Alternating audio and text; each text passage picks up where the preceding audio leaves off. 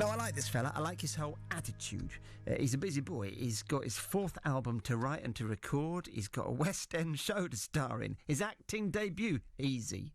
He's in Memphis with Beverley Knight at the Shaftesbury Theatre. He's now Huey. He's Matt Cardle. Hello, Matt. Hello, buddy. Your dressing room table was covered with good luck cards and champagne and Lucozade. Presumably a boy needs a sugar rush. That's why the Lucozade was there. It was an exciting day, yeah? It certainly was. Do you know what, Bernie? I thought for the opening show that I would be too nervous to enjoy it, but I had more fun than I've ever had doing anything in my life, if I'm honest. Well, you've sung live on TV in front of millions and millions. When did the nerves go? How many songs in? Back then, they never went. You didn't have enough time. In Memphis, they went... Because it's strange, Bernie, because it's a scene as well as a song. Usually, when I tour my albums, you know, the nerves go after a song or two. But with Memphis, I mean, you're talking. And acting. It's a whole different thing. It's remembering lines. So, I mean, you don't have time to be nervous, really. You come through the door into the club, into the Beale Street Club, which is the opening scene that I'm in, and you know, you open your mouth and you know the script, you know what's going on. The nerves just turns into excitement pretty instantly, really. How long preparing for it then? You got the call to be a part of it when? 3 months ago. That's so quick. There's no messing around. Honestly, there was 2 weeks of me and the resident director, Tara, reading through the script, just basically learning words. Then there was 3 intense weeks of rehearsal, and then bam, straight into your first show. So how could you rehearse? Because the show was ongoing. They didn't stop it, presumably. No, they didn't. Between Killian and you. No, luckily the lovely stage management team would come in during the days and move the set around for me so I could see what was going on, and me and Tara would just spend the days, you know, running scenes and doing this. And then on that last week they started to bring the understudy cast in to run the show with me, and then I got 2 run-throughs with the full cast and then spat out the cannon into the theatre, like, ta-da. See, I think that's quite tough for anyone, but for someone who's not acted before, and you haven't acted before, Matt, no? No, this is my acting debut, and to be honest with you, Bernie, it's not a small role in any way, shape or form. The show is 2 hours long, and I spend 11 minutes of that off stage. The other, you know, I can't do maths, much like my character, but... You know, it's a long time. And those 11 minutes, they're spent on the toilet, really, aren't they? It's very nerve-wracking. Very you don't even get the chance to do that, honestly. The moments on stage are the calm moments in the show. Otherwise, you are just legging it like a madman, doing a quick change behind stage. Well, you can't be modest, can you, when you're in the theatre? They're nice people, theatre people. I can see why you've got all those cards and things, because they are lovely people. But backstage... Anything goes, doesn't it, backstage? No, absolutely. I mean, there was one scene that I didn't really clock until halfway through last week, where I leg it up. Me, Beverley, and Claire Matchin, the woman who plays my mother Gladys in the show, run off the stage, and the next thing we're all basically butt naked, nearly. We're down to our underwear, as well as a few dancers, and I'm like, oh my god, this is just like the quickest bit of nudity I've ever seen in my life. That's your office job now, my friend. That's your regular routine. I know. Huey is loosely, very, very loosely, based on the story of the first man to play Elvis Presley on the radio, Dewey Phillips, who was a proper good old boy with no Hollywood smooth edges at all. He was a proper rough diamond. And that's the kind of the launch pad for your character, isn't he? Totally. And he's an absolute, you know, Huey Calhoun is an absolute goof. You know, he really, really is. And the thing is, Bernie, my fans and, you know, people who've seen my show so far have seen that 10% of me that's serious, because the other 90%, see, I told you I can't do maths, the other 90%... You want to do Gary Barlow's tax return, my friend, that's how bad you are. I was. You know. That's why he got into trouble then, was it? Oh, bless him, Gary.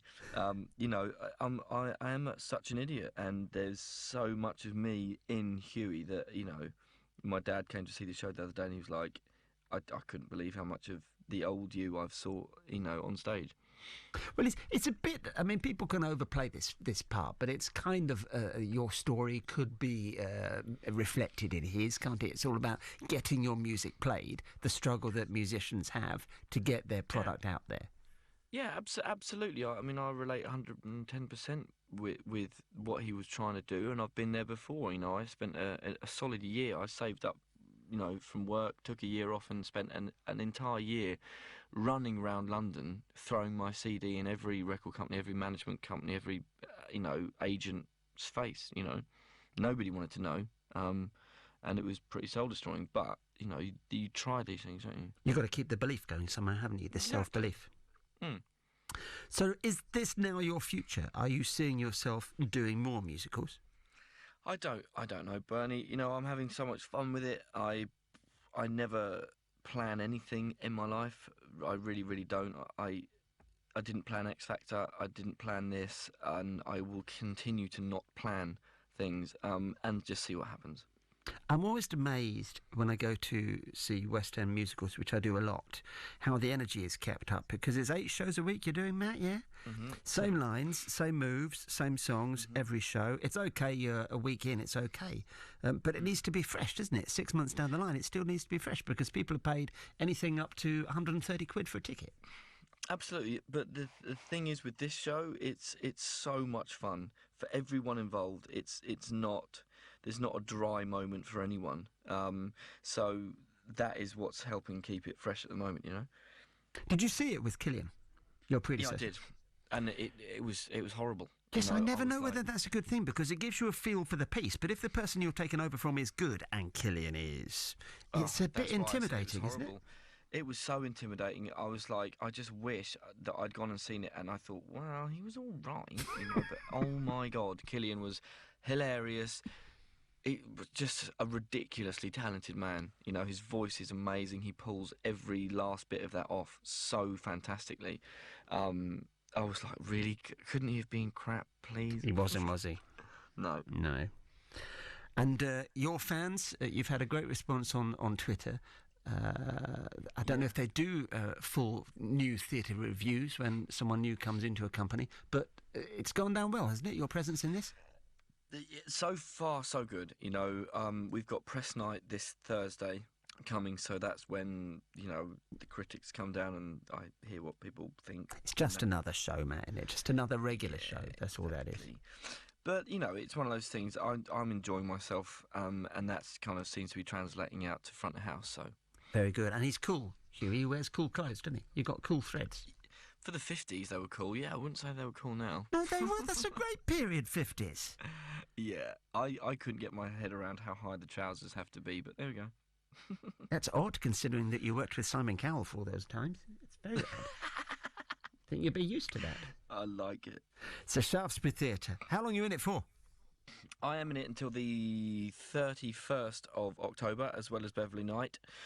She's just absolutely incredible. See, that's another thing, isn't it? Your nerves are going to be shot to pieces, because she's a proper superstar singer from the UK, isn't she? Yeah, one of the best voices on this planet, without a shadow of doubt. And again, she proves that every night without fail.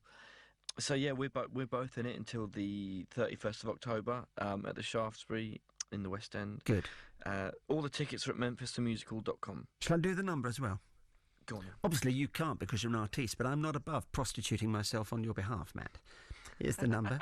It's 0207 379 5399, okay, for the Shaftesbury Theatre for Memphis. 0207 379 5399. How's the fitness coming along? Because that's a big test, isn't it? 2-hour show every night, 8 shows a week.